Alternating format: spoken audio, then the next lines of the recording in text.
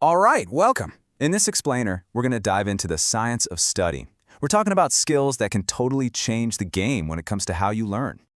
You know that feeling, right? That pit in your stomach just before a huge test where you're asking yourself, did I do enough? Yeah, we've all been there. It's pretty much a universal student experience. And hey, if that sounds familiar, it's because you are definitely not alone. Here's the crazy thing. Studying is one of the most important skills you can have, but for most of us, no one ever actually taught us how to do it. And that right there brings us to the biggest myth of all about studying. This idea that we're all just supposed to magically figure it out. Think about it. For most of us, learning to study was just trial and error, right? A long, frustrating guessing game. You try one thing, maybe it kind of works. You try something else, total bust. And for some people, that guesswork goes on all the way through college. But what if it didn't have to be like that? What if there was a better way than just guessing? Well, there is.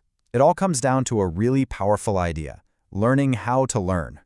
Okay, so here's the big mindset shift we need to make. Most of us think of studying as just, a chore you do to pass the test. But experts in learning say, nope, that's not it at all. It's a skill, a really powerful skill that you can actually get good at. The learning scientist Dr. Doug Fisher puts this so well. He says that when we teach students how to study, we're really giving them ownership of their own learning. And that's it right there. It's not just about memorizing facts. It's about you taking control. It's empowering. So okay, that sounds great, but what does it actually look like? How do we do it? Well, we can break down effective studying into this really neat, powerful framework. It has 3 different levels of skill. So these 3 skills are cognitive, metacognitive, and affective. Now here's the thing, almost everyone only ever thinks about that first one, but you absolutely need all 3 if you want to be a truly effective learner. Let's break that down real quick. Cognitive skills, that's the what, taking notes, making flashcards, summarizing. Metacognitive skills are the how. That's about planning your study time and setting goals.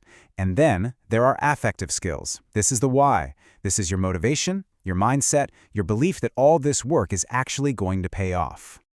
Okay, so now we've got the framework. Let's get to the really good stuff.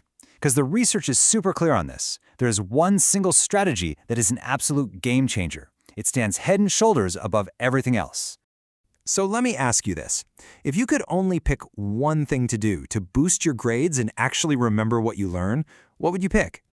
All right, check this out. This data is fascinating. These numbers you see, they're what's called effect size. It's just a fancy way of saying how well something works. The higher the number, the better. So summarizing your notes, yeah, it's okay. Taking practice tests or formative practice, that's even better, a solid 0.8. But just look at that last bar. Analyzing those practice tests, it jumps to 1.3. It literally skyrockets. That's not just a little better, that is a huge difference. So what does that tell us? The secret sauce isn't just doing the practice tests. The real magic happens in the review. That's where the learning kicks in, when you sit down and actually analyze your results to find out, okay, what do I really know, and where are my weak spots? And here's a super simple tool to help you do just that. This little self-review sheet gets you to sort your answers into a grid. For example, say you got an easy question wrong. That probably means you made a silly mistake. But if you got a hard question wrong, well, that's different.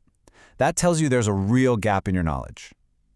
This grid, as simple as it looks, is your treasure map for figuring out exactly what you need to focus on next. I mean, just to put a number on it, analyzing your practice tests this way is more than twice as effective as just taking them and moving on. That's an incredible return on your time. It's like a study superpower. Okay, so you've got this killer strategy, but you also need the right environment to actually use it.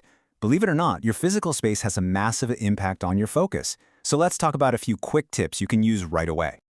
First up, lighting. And I know, this sounds way too simple, right? But seriously, bad lighting causes eye strain, and that actually makes it harder for your brain to process information. The easy fix? Just add a side lamp to your desk. It can make a huge difference in your focus. You know what's even better? Natural light. If you can, set up shop near a window. Sunlight is like a double win. It helps you concentrate now, and it helps you sleep better later. And let me tell you, being well rested is an absolute secret weapon when it comes to learning. And last but not least, get comfortable. Think about it. Every single time you have to fidget or shift because your back hurts, your concentration is broken. Physical discomfort is just this constant, nagging distraction. So whether it's a good chair or even just throwing a cushion on the one you have, getting comfortable helps you stay in the zone for way longer.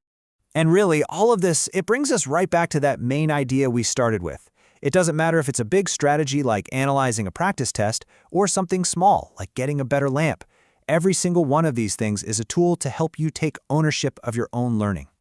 So, the only real question left is, what are you going to master first?